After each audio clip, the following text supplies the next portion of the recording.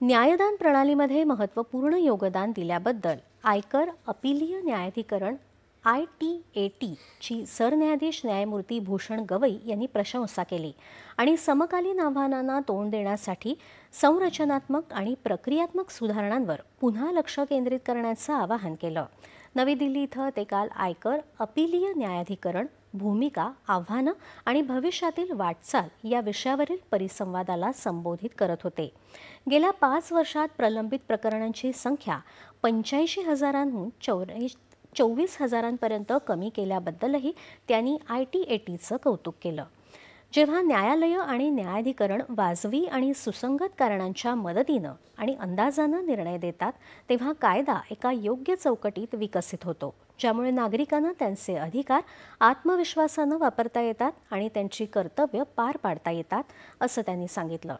विसंगत किंवा परस्पर विरोधी निर्णय कायदेशीर व्यवस्थेचे अधिकार कमकुवत करू शकतात आणि न्यायाच्या प्रभावी प्रशासनात अडथळा आणू शकतात।